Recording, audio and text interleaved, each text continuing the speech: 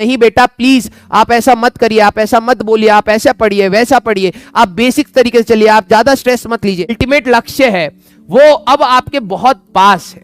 ये जो समय है बहुत क्रूशियल है। आप बहुत सारी चीजों को अभी मैनेज स्टिल भी कर सकते हैं, तो आपको अपने गार्ड्स को नीचे नहीं रखना है, आपको फाइट मारना है एंड तक। जिस दिन तक आपका आखिरी पेपर का आखिरी क्षण आपसे नहीं निकल जाता ना, तब तक आपको फाइट मारना है क्वेश्चंस के साथ। राइट, बहुत सही। दिमाग में ड्रॉप का ऑप्शन अभी मत सोचना बेटा, क्योंकि अभी भी मौका है। कभी भी हार मत मानो, क्योंकि अगर तुम खुद से हार मान जाओगे ना तो फिर दूसरा तो तुम्हें कोई जिता ही नहीं सकता। जिताने वाले सिर्फ तुम ही हो अपने आप को।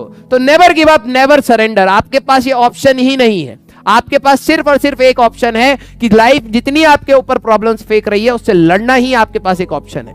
ठीक है, rise up and go beast mode. बिल्कुल राक्षसीय मूड में आ जाओ भाई साहब। जो मिला है उसको नोच के खाने वाला मोड है आपके लिए। बीस्ट मोड में जाओ और वो सारी चीजें छीन लो जो आप डिजर्व करते हो। जो आपने किसी दिन सोचा था कि सर मैं ये चीज डिजर्व करता हूं, उसको छीन लो। ठीक है, अब आपकी ये रिस्पॉन्सिबिलिटी है इससे सीखना और दूसरे को सिखाना। अपने जूनियर्स को भी ये बात बोलना कि यार ज्यादा हवा में नहीं चलना है।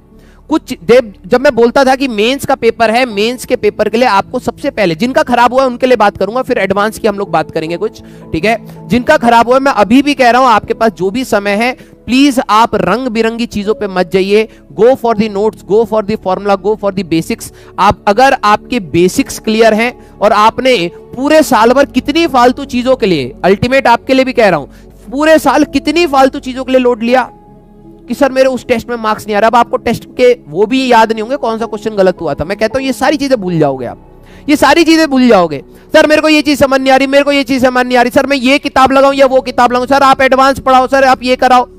वो सारी चीजें आज मैटर नहीं कर रही, लेकिन उस पूरे प्रोसेस में जो आपने चीज गवा दी अब आपको वो सामने दिखने लग गई है।